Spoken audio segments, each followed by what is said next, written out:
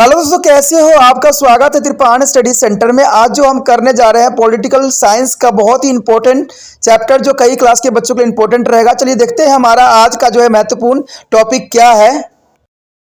Environmental awareness. The next topic here, the concept of sustainable development. There is a most important concept here, the sustainable development. The World Commission on the Environment and Development, the Brundtland is the commission submitted is a report entitled Our Common Future in 1987.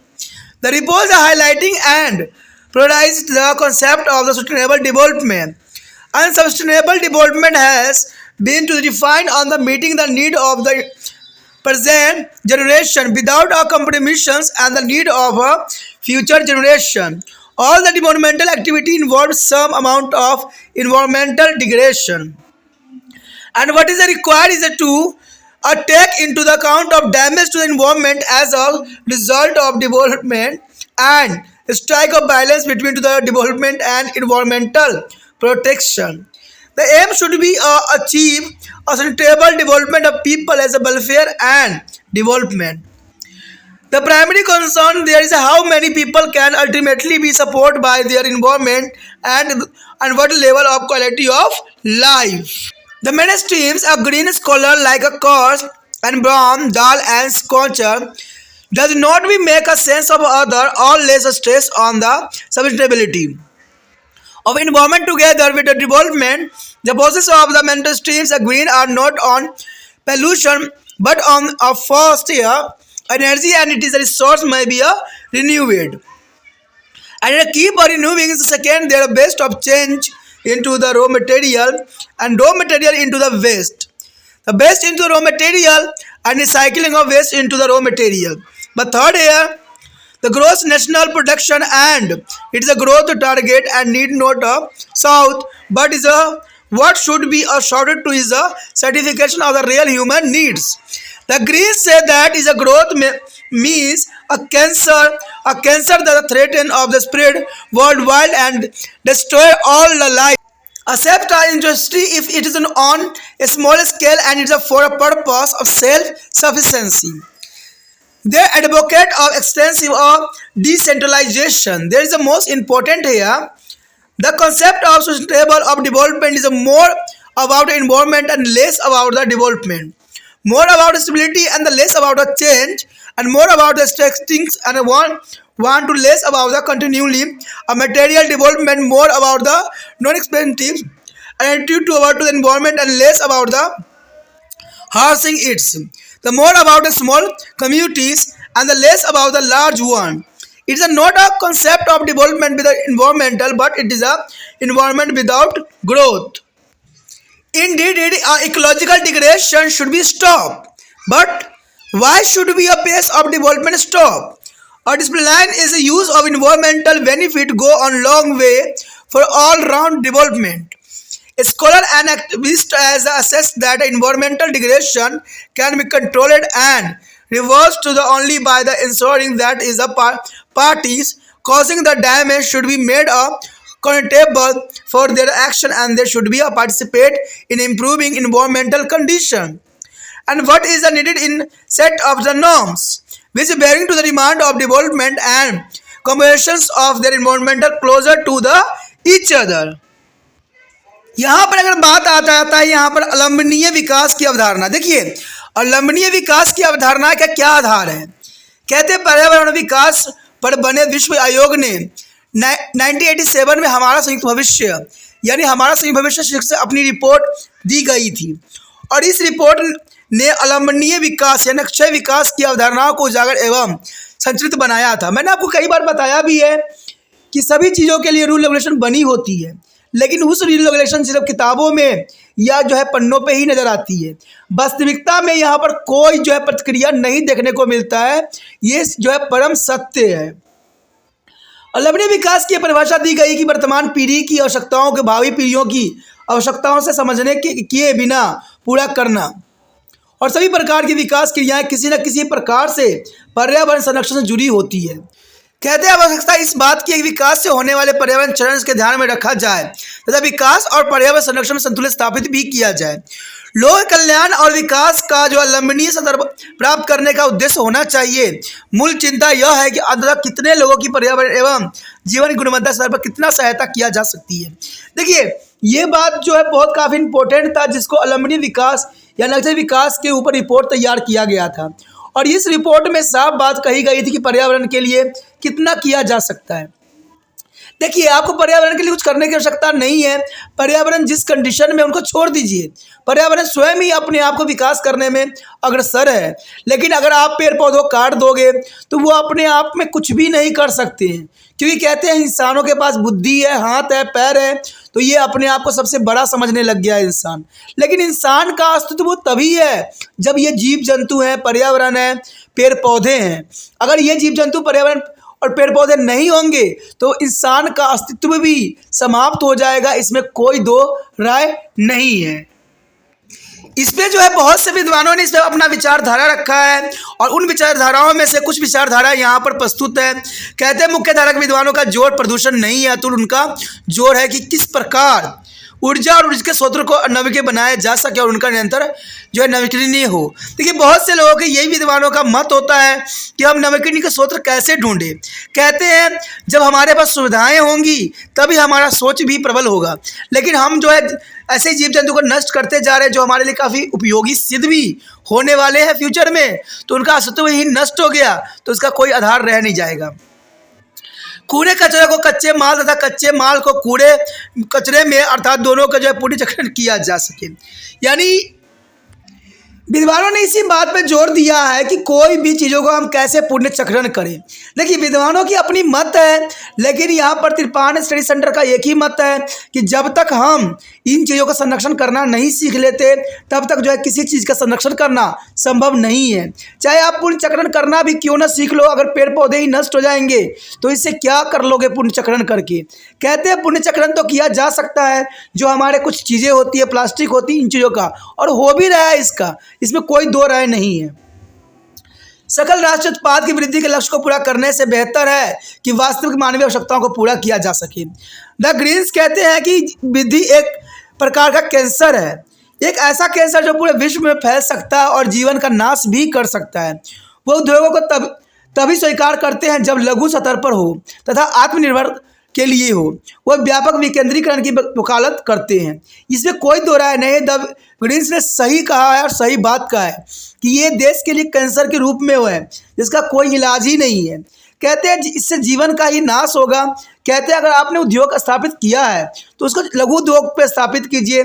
बड़े बड़े उद्योगों की क्या आवश्यकताएं हैं, लेकिन आवश्यकताएं तो तब बढ़ जाती है जब जनसंख्या बढ़ती है या लोगों की लालच बढ़ती है, सरकार के जो है पैसे की आवश्यकता बढ़ती है, तो बड़े बड़े कंपनियों को भी निमंत्रण देती है, बड़े बड़े कंपनियों से जो है इलेक्शन में अच्छे खासे पैसे सुलती है। तो ये सारी बातें यहाँ केंद्रित होती है कि इससे हमारा पर्यावरण को ही नुकसान पहुँचता है। अलावनीय विकास की संकल्पना विकास के कम और पर्यावरण के लिए अधिक है। ये बहुत बड़ी बात है यहाँ पर आती है कि स्थापित्व के लिए अधिक, पर्यावरण के लिए कम, आवश्यकताओं को सीमित करने के लिए अधिक और भौतिक विकास की निरंतरता के लिए कम, पर्यावरण के शोषण के विरुद्ध अधिक तथा इसके प्रयोग के प्रति कम तथा छोटे समुदाय के हितों में अधिक तथा वृद्ध समुदाय के हित के लिए प्रति कम रुझान रखती है। तो इसमें बहुत इंपॉर्टेंट है कि पर्यावरण शोषण के विरुद्ध जो है हमें कदम उठाने की आवश्यकता है और यह पर्यावरण के साथ विकास की संकल्पना नहीं है, अतुल विकास के बिना पर्यावरण को संकल्पना ही है। वास्तव में जो है पारिस्थितिकी का संचरण रुकना चाहिए, यानी अगर नहीं रुका तो आने वाला समय में इंसान का अस्तित्व भी खतरे में पड़ जाएगा। लेकिन विकास की गति में रुकावट क्यों? विकास करना कोई बुरी बात नहीं, विकास करना चाहिए, लेकिन विकास अगर आप किसी दूसरे चीज़ों को नष्ट करके कर रहे हो तो इसका मतलब वो विकास नहीं हुआ है, वो सिर्फ आपकी लालच की भेंट चढ़ा है। पर्यावरणीय लाभों का जो अनुशासित प्रयोग जो चरमुखी विकास के मार्ग को प्रशस्त करता है। विद्वान तथा सक्रिय कार्यकर्ताओं का कहना है कि पर्यावरण क्षरण जो है पर्यावरण को हानि पहुंचाने वाले लोगों को उनकी हरकतों के लिए उत्तरदायी ठहराकर उन्हें पर्यावरण स्थिति को सुधारने में लगाकर ही नियंत्रण किया जा सकता है। आवश्यकता यह है कि ऐसी नियम वाली कि विकास की मांग तथा पर्यावरण की अनिवार्यता को एक दूसरे से निकट ले जाए। तो इसमें कोई दो राय नहीं है। देखिए, कुछ लोगों का विचारधारा है कि बहुत से जो है आम लोग इसको जो नष्ट कर रहे हैं, लेकिन यहाँ पर आम लोगों का कोई दायित्व नहीं होता, आम लोग नहीं करते हैं। ये आपको भली भांति समझ जाना चाहिए। आप भी आम इंसान हो, क्या आप पेड़ पौधों को ऐसे ही काट रहे होते हो? ऐसा नहीं है। पेड़ पौधों को तो वो लोग काट रहे होते हैं जिनको बड़े बड़े फैक्ट्री चलाने की आवश्यकता होती है, जहाँ पर बड़े बड़े फैक्ट्री लगाने की आवश्यकता होती है। ये लोग तो पेड़ पौधों को ऐसे काट के, ऐसे उखाड़ के फेंक देते हैं जैसा इसका कोई महत्व ही नहीं रहता है। आपने देखा भी होगा कि बड़े बड़े घर बनाने के लिए, बहुत ही जो है शहर बसाने के लिए लोगों ने ना जाने कितने पेड़ पौधों को नष्ट ऐसे ही कर दिया। आपने देखा होगा कई जगहों पर जो है बस अड्डे बनाने के लिए, जो रेल मार्ग बनाने के लिए, सड़क मार्ग बनाने के लिए एकड़ से एकड़ और कई तरह की भूमियों को जो है नष्ट तहस नहस कर दिया गया। तो इसका कारण क्या है? जनसंख्या, बढ़ती जनसंख्या। लेकिन जनसंख्या बढ़ती जनसंख्या के साथ तो है, लेकिन सरकार को यहाँ पर बुद्धिमत्ता का प्रयोग देखना चाहिए। कहते हैं पेड़ पौधा से किसी को नुकसान तो नहीं होती है, लेकिन जो है जीवन को जो है नष्ट करने के लिए अग्रसर रहेगी। The next topic is a national and international effort. That is the most important topic arrive here. A national and international effort here. In India, the environment awareness had gained to important sign 1970s after the UNA is sponsor a conference on environment in the Stockholm in 1972. India's government took many environmental friendly activities. A Ministry of Environment and Forest are established and the law were enacted to the environment protection in 1986. Objective of Indian National Environment Policy here was the starting. The first point here, a conserve and development safely, a healthy and productivity, and the systematically is a certifies of environment. And second here, upgrade development and manage rural and urban settlement to enhance the equality of life. And third here, plan is in development and sound ecological principle with the environmental impact assessment and incorporating appreciate to the environmental safety guard and promote to environmental safety technology, recycling of resource and utilization of the waste. And next year, the conservation of the biotic diversity in a country by the creating natural resource and sanctuaries for a specific habitat such as the mountain, rainforest, pasturage and desert, wetland, lake and wedges and mangroves, estuaries and the lagoons as the island. And the next year, safeguard the environment within the national maritime and exclusive is economical zone. And involved environmental norms and established effective mechanism for monitoring, surveillance and the connection for the dissemination of information. And next year, preserve the science, landscape as well as the historics and culture is momentums and there is a environment. And next year, promote environmental education at all level and create a public awareness. And encourage the research in environmental science and technology and social investigation to conserve and improve the environment and development aquatic is a manpower within the country of ecologists, environmental scientists and planner and managers of the highest quality and recognize their work as an important component of national development. There is a most important here.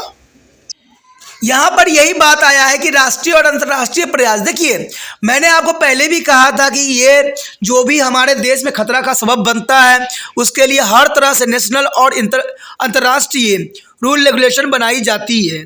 और ये rule regulation सिर्फ बनाई नहीं जाती है, इसको किताबों में सम्मिलित भी किया जाता है, लोगों को पढ़ाया भी जाता है, लेकिन जो इसका प्रभाव देखने को मिलता है वो शून्य के बराबर होता है। आपने देखा भी होगा जब इंडिया में भी स्वच्छ भारत अभियान चलाया गया था तो हर जगह साफ सुथरा करते मंत्री संतरी सब नजर आ रहे थे, सब जो है बहुत बढ़ चढ़ के पार्टिसिपेट किए थे, लेकिन उसके बाद सब के सब जो है शांत हो गए। आज स्वच्छ भारत की जो है कोई भी जो है प्रयास नहीं चल रहा है। आज भी जो है हर जगह देखिएगा तो गंदगी का ढेर लगा हुआ है। तो ये सारी चीज़ें जो होती है कुछ समय के लिए ही कराई जाती है, लेकिन ऐसा नहीं होना चाहिए। कोई रूल रेगुलेशन बनता है तो वो अच्छे के लिए बनता है, हमारे विकास के लिए बनता है, हमारे प्रोग्रेस के लिए बनता है। तो ये बहुत बड़ी बात आती है कि यहाँ पर राष्ट्रीय और अंतर्राष्ट्रीय प्रयास पे बहुत बड़ी कदम उठाई गई थी पर्यावरण संरक्षण के ऊपर। भारत में पर्यावरण जागरूकता के महत्व को 1970 के दशक में संयुक्त राष्ट्र द्वारा जो 1972 में जो है स्टॉकहोम्स में पर्यावरण सम्मेलन आयोजित कराने के बाद प्राप्त हुआ। भारत में पर्यावरण हित की कई गतिविधियां यह चलाई गई। पर्यावरण वन मंत्रालय का गठन भी किया गया और 1986 में पर्यावरण संरक्षण पर कानून भी लागू किया गया। देखिए यहाँ पर बहुत बात आई गई है कि जो है पर्यावरण संरक्षण के लिए बहुत कदम उठाया गया। कहते हैं एक बार एक घटना घटी कि एक जो है गाय का जो है बहुत बुरा हाल था। इस पे जो है हर जगह हर व्यक्तियों को कॉल किया गया, लेकिन उसका रिस्पॉन्स जो था सुनने के बराबर था। तो आप समझ सकते हो कि पर्यावरण के नाम से बड़े बड़े विभाग जो बनाई जाती है सिर्फ नाम मात्र का होता है। ये सिर्फ पैसा लेना जानती है और तनख्वाह वसूलना जानती है, लेकिन इनकी एक्टिविटी जो होता है सुनने के बराबर होता है। एक घटना आप हमेशा देखते ही होंगे कि रोडों पे जो होते हैं गाय भैंस बछड़े सब नजर आ रहे होते हैं। क्या पर्यावरण संरक्षण के रिगार्डिंग इनका कोई उपाय नहीं है? क्या सरकार यही रूल रेगुलेशन बना रखी है कि जीव जंतु रोडों पे घूमते हुए नजर आएंगे और आए दिन कोई ना कोई एक्सीडेंट का कारण बनेंगे या कोई ना कोई जीव जंतु जो है इसी तरह मारे जाएंगे? तो ये सब पर्यावरण एक्ट के रिगार्डिंग एक खिलवाड़ रूल रेगुलेशन बनाई गई है, जिसमें ना तो सेंट्रल सरकार कोई रिएक्शन लेती है न इंसान कोई रिएक्शन ले रहा है।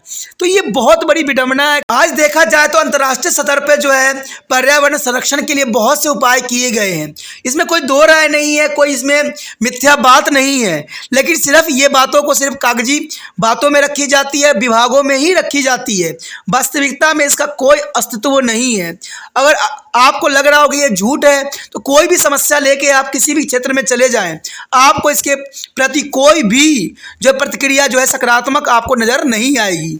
सारे विभाग के व्यक्ति जो होते हैं सिर्फ जो है 31 तारीख या 30 तारीख की वेट कर रहे होते हैं कि जैसे उनके जो है अकाउंट में पैसे आ जाएं। वो सिर्फ बैठ के जो है सिर्फ तपस्या करते रहते हैं, पैसे की वेटिंग करते रहते हैं, लेकिन इनकी एक्टिविटी जो देखा जाए सुनने के बराबर होता है। सिर्फ नाम का ये विभाग बनाए गए हैं, इनका कार्य कहीं नहीं है, क्योंकि इसका मैंने भी एग्जाम्पल देखा है और जाना है और समझा भी है।